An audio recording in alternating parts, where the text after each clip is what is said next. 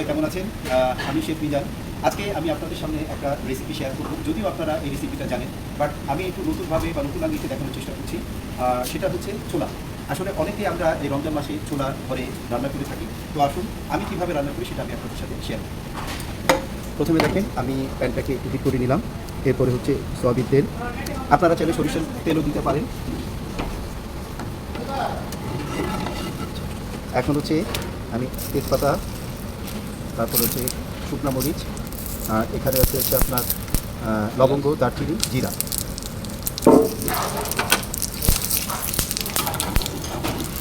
এখন আমি দিয়ে দিব পেঁয়াজ।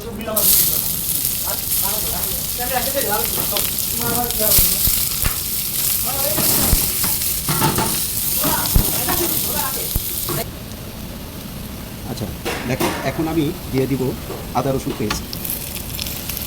অবশ্যই পেঁয়াজটা আপনি এরকম একটু ভালো করে ভেজে নেবেন। দেখেন এখন আমি দেখেন এখানে ধনিয়ার গুঁড়া, জিরার গুঁড়া, মরিচের গুঁড়া, হলুদের গুঁড়া আমি পানি দিয়ে নিয়েছি। কেন পানি দিয়ে নিয়েছি? তাহলে আবার এই যে ধনিয়ার গুঁড়া, জিরে গুঁড়া যেটা দিয়েছি এটা আর বার্ন হবে না। দেখেন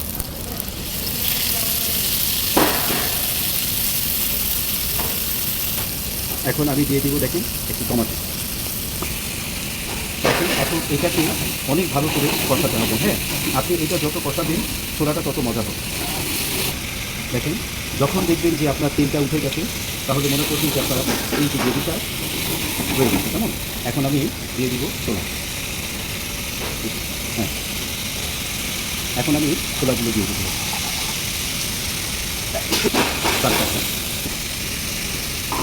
এখন আমি পরিমাণ মতো লবণ দিয়ে দিলাম।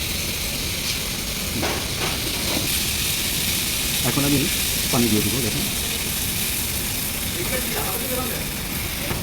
এখন দেখেন আমি একটা আলু এই যে বয়েল করে তারপরে এইভাবে করে নিয়েছি। দেখেন এতে কী হবে, এটা খুব আঠালো হবে। হ্যাঁ, আপনারা চাইলে ছোটো ছোটো করেও দিতে পারেন, বাট এটার মজা আলাদা।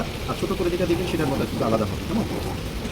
এখানে আমি আপনাদের সাথে একটা ট্রিক শেয়ার করি। দেখেন এখানে আমার বিফের কিছু গ্রেভি আছে। আপনারা চাইলে বিফ, গরু অথবা চিকেনের যে গ্রেভি থাকে সেটা দিতে পারেন। বাইরে দেখেন না যে ছোলায় কেন এত মজা হয়, বিকজ অফ দ্যাট। এখন আমি এই গ্রেভিটা এখানে দিয়ে দিই। দেখেন আমি কিছু আদা কুচি রেখেছি, এখন আদা কুচি দিয়ে দিই। দেখেন আপনারা যদি একটু স্পেশাল করতে চান তাহলে ঘি অ্যাড করতে পারেন। দেখেন আমি ঘি অ্যাড করেছি। নামানোর আগে আমি একটু ঘি অ্যাড করে দিয়েছি। যদি আপনারা একটু এক্সপেন্সিভ করতে চান, তারপরে এখানে হচ্ছে এখন দেখেন আমি একটু বেরেস্তা করে রেখেছি। এই যে বেরেস্তা, এই যে নামানোর আগে অবশ্যই আপনারা বেরেস্তা দিয়ে রাখেন। এই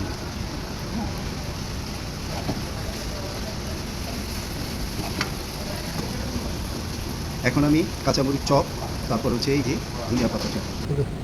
ট্রাই করেন, অবশ্যই খুব ভালো লাগবে।